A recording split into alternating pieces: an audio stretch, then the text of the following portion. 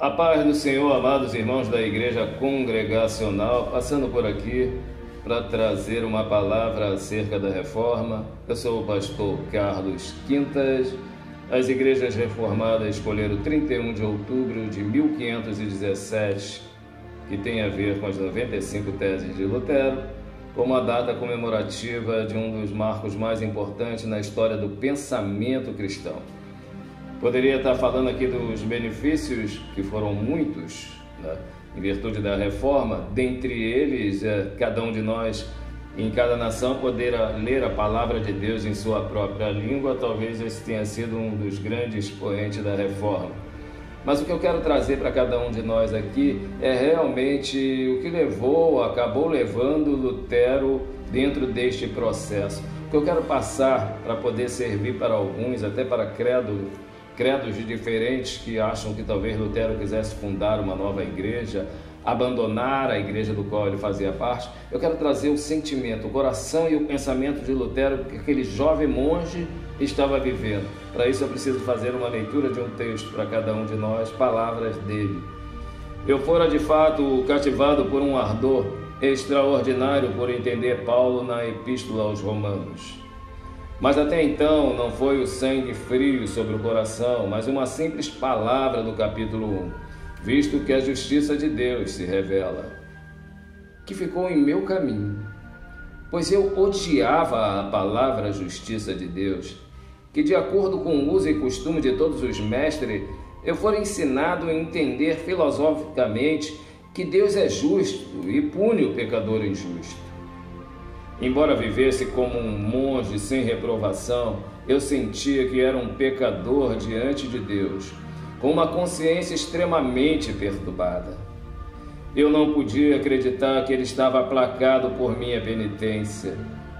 Eu não amava, sim, eu odiava o Deus justo que pune pecadores, e secretamente, se não de forma blasfema, certamente com grande murmuração, eu estava com raiva de Deus. Afinal, pela misericórdia de Deus, meditando dia e noite, eu atentei para o contexto das palavras, visto que a justiça de Deus se revela, como está escrito, o justo viverá pela fé. Lá eu comecei a entender que a justiça de Deus é aquela pela qual o justo vive por uma dádiva de Deus, a saber, pela fé. É este o significado. A justiça de Deus é revelada pelo Evangelho, a saber, a justiça passiva com a qual Deus misericordioso nos justifica pela fé. Aqui eu senti que nasci totalmente de novo. E entrei no próprio paraíso através de portões abertos. Lá, uma face totalmente nova de toda a Escritura se mostrou para mim. Esse foi o grande dilema de Lutero, do qual ele tinha a certeza da salvação. Tudo começou quando esse jovem monge foi transferido para Wittenberg e encontrou um líder capaz de ouvir todas as suas dúvidas. E esse líder tentou de muito ajudá-lo a livrá-lo dessas dúvidas, através da confissão, da penitência. Mas Lutero, apesar de acreditar que ao se confessar e fazer penitência, poderia conseguir o perdão dos pecados, Lutero ele passou a entender que o pecado ele tem uma raiz muito profunda e nem todos os pecados são confessados, externados. E essa dúvida ficou a tal ponto em Lutero que o seu líder mandou ele para a Universidade de Wittenberg, para que ele se formasse, para que ele lecionasse e também para que ele pastoreasse, passasse a cuidar das dúvidas dos outros para esquecer-se das suas.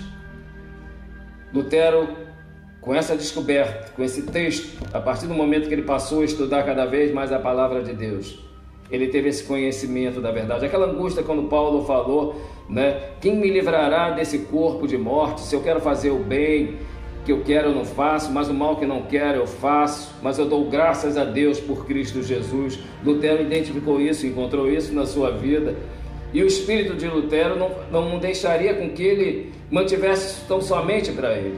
Aí ele compôs 97 teses para que os alunos daquela universidade pudessem questioná-lo ou defender, chamasse para um debate.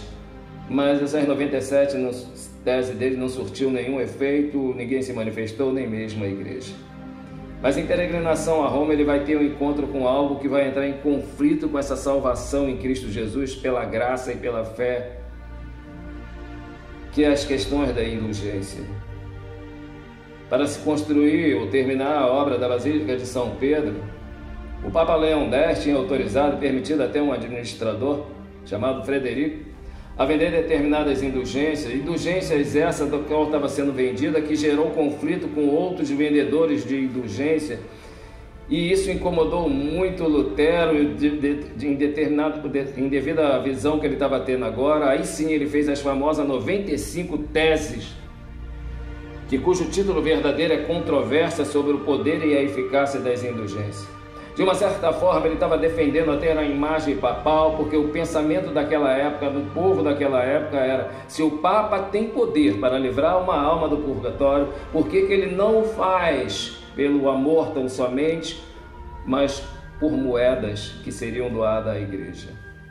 E nessas 95 teses, Lutero ficou esperando que houvesse um debate. Ele estava querendo promover um debate, mas infelizmente Leão X não olhou, não buscou e nem se atentou para as questões espirituais que estavam envolvidos esse tema, e preferiu seguir o caminho dos inimigos de Lutero, que com isso ele mexeu em questões financeiras, em dedos de pessoas poderosas que viviam e ganhavam com isso. Escolheu o caminho de excomungar Lutero. E aí aconteceu o que aconteceu, e temos a Reforma Protestante. Não por conta de um homem, como eu falei, nem a igreja luterana ele aceitou que se tivesse uma igreja com o nome dele. E ele falou: quem é Lutero? Cristo é tudo. E o que eu queria deixar para os amados irmãos também, e acho que pesou também no coração do Lutero, de cada um de nós, eu me lembrei de Pedro e Paulo quando foram presos pelos sinédrios e proibidos de pregar em nome de Jesus Cristo e pregar a doutrina do qual nós hoje vivemos e somos salvos nela. E Pedro e os apóstolos responderam àquelas autoridades. Respondeu Pedro e os apóstolos: mais importa obedecer a Deus do que aos homens. Mais importa obedecer a Deus do que os homens. E talvez isso foi o que aconteceu no coração de Lutero, em não manter oculta essa verdade. E eu quero deixar para cada um de nós, no tempo da Reforma, o tema anterior dos reformadores, que é Igreja Reformada reformando. Sempre se reformando, dentro dos 5 princípios da Reforma, que é só a fé, só Cristo, só graça, só a Escritura, e a Deus toda a glória. Que sirva para cada um de nós, nesse momento de 31 de outubro, do qual nós vamos estar lembrando da Reforma Protestante.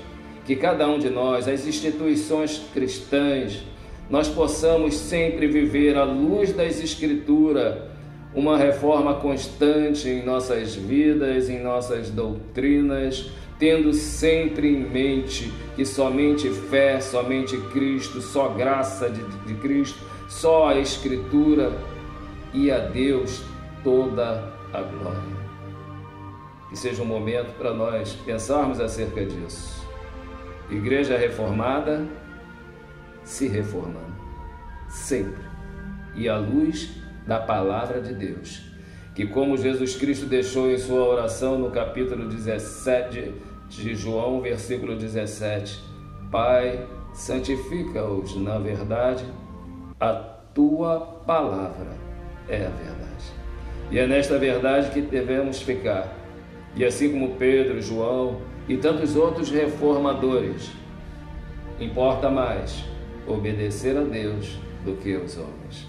Feliz dia da Reforma. Fiquem na paz de nosso Senhor e Salvador Jesus Cristo. Que Deus os abençoe.